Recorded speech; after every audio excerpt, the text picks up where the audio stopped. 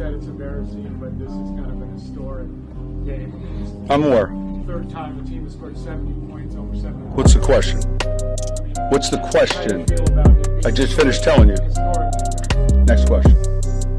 It's time we have a discussion about the Denver Broncos and the direction that they're headed in the 2023 NFL season. And the Broncos headed into the season with some optimism to be a fairly good team this year, maybe a wild card potential team. They traded for Sean Payton, the Hall of Fame coach, bringing him in to hopefully fix Russell Wilson and that offense. And the thought process was the defense, which was around a top 10 level last year, would stay in form, and with the offense improving, the Broncos would be a fairly competitive team. But as we've seen so far through the first month of the NFL season, that is by far not the case regarding this team. You can make a fairly nice argument that the Broncos are one of, if not the worst team in the league, and their future looks pretty bleak when you take everything into account regarding their cap situation, their quarterback situation, and just the overall roster talent and resources that they have to work with. Now, I guess things could be worse for the Broncos. They could be 0-4, but they're currently 1-3. The first 2 weeks of the season, I actually thought they played pretty good football, but they basically blew 2 games in the second half. The first one being the Las Vegas Raiders in week number 1. They really controlled the game from the start to the finish, but the Raiders, with some key drives down the stretch in that fourth quarter, really stole that one at Mile High Stadium. But with it being week 1 with a whole new coaching staff and a bunch of new players being on the roster, I don't think the Bronco fans or the media in general were too concerned with this team heading into week number 2. This time they're facing off against the Washington Commanders at home, back-to-back home games. I think most people saw this as a nice bounce back spot for the Broncos and get to 500 heading into week number 3. And it started off exactly how the Broncos wanted it to. They got off to a 21-3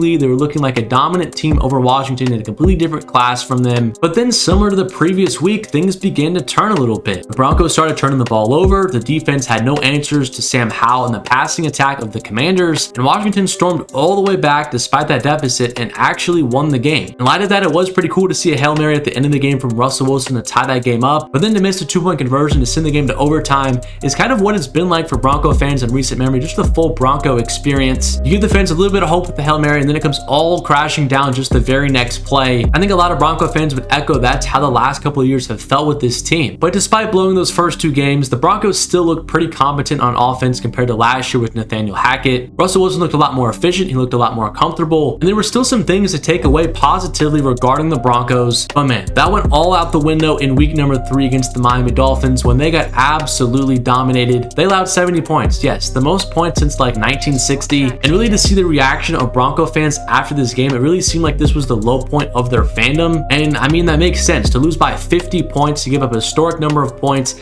after your defense just a year ago was pretty solid, that's got to be a pretty crushing feeling. But after that game for the Broncos and how disappointing their start to the season has been, I pretty much made up my mind on what they should do for the rest of the season regarding their team and their future. And that was essentially tank and get one of the top quarterbacks in next year's draft. And I don't want to come off as hating on Russell Wilson here, because he's actually been a lot better this year. He's completing 67% of his passes for over 1,000 yards, 9 touchdowns with 2 interceptions, and a 106.7 quarterback rating. So he has definitely not been the problem for the Broncos. He's actually kind of returned to his Seattle form, at least early in this season. It's been the defense that's really let down this team. They let Sam Howell put up big numbers on them. The Dolphins put up a historic number on them. And then even this past week, Justin Fields, who's looked like one of the worst quarterbacks in the league, he had a historic day against the Broncos, putting up 4 touchdowns, pretty efficient through the air. So I knew through the first month it's kind of easy to dump on Russell Wilson and make him kind of the fall guy, but he's been playing pretty good football. But in terms of where this team is with their talent level, their resources, and cap space, I don't really think it makes sense to keep Russell Wilson long term and on this contract. The defense now has major flaws and major holes all across the unit. The Broncos also just released Randy Gregory just a couple of days ago, who they signed to a massive deal in last offseason. I think mainly that was to send a message to the locker room, but still, Randy Gregory has not been a good pickup at all for them. So what did Sean Payton and the Broncos front office do? They cut bait with them. So with the defense super flawed, and then on offense, the offensive line has not been super good, I think the Broncos really need to go in rebuild mode. And there's not a better time to do this than next year's draft because of how many top quarterbacks are coming out. You got Caleb Williams, you have Drake May, you have Quinn Ewers, you have Bo Nix, you may even have Shedeur Sanders. There's a number of top guys that can step in and really help lead this rebuild for the Broncos and Sean Payton. And I think ultimately that's the route that this team needs to go in and that they are going to go in. I already mentioned the Bears game a little bit, but they did defeat them last week 31-28. That was kind of the tank bowl Bowl, in my opinion. I think the Bears are probably going to end up with the #1 overall pick, but I also think it's really possible that Denver ends up with a top 3 or top 5 selection. And with how much talent there is in next year's draft, they're probably going to get the 2nd or 3rd best quarterback in the class. So then the question becomes, what do you do with Russell Wilson? Do you cut him and just take all that dead money on? Does a team want to trade for him if he keeps up this level of production this year? Maybe a team like the Falcons that are going to need a quarterback after this year because of Desmond Ridder. Maybe the Jets, if Aaron Rodgers says, hey, I want to retire. Maybe they want to bring in a veteran quarterback that showed some pretty nice promise. I don't know. I think the next couple of months are going to be really interesting regarding Russell Wilson and his market after this season. But as of right now, it's hard for me to see him in a Denver Broncos uniform next year, especially if this team is picking top of the draft. Looking at the Broncos schedule, the next 4 games are against the Jets, the Chiefs, the Packers, and then the Chiefs once again before their bye week. This weekend, I did pick the Jets to win, but I can't see this as a competitive game between the two teams. There has been some beef regarding Sean Payton and Nathaniel Hackett, the previous Broncos head coach. I could see the Broncos winning this game. I just think the Jets defense is the best overall unit between these two teams, and they're going to anchor the Jets to a victory on the road. If the Broncos do lose that game, they're going to be 1-4 heading to Kansas City on a short week on Thursday Night Football. So I think it's safe to assume they're going to lose that game, get to 1-5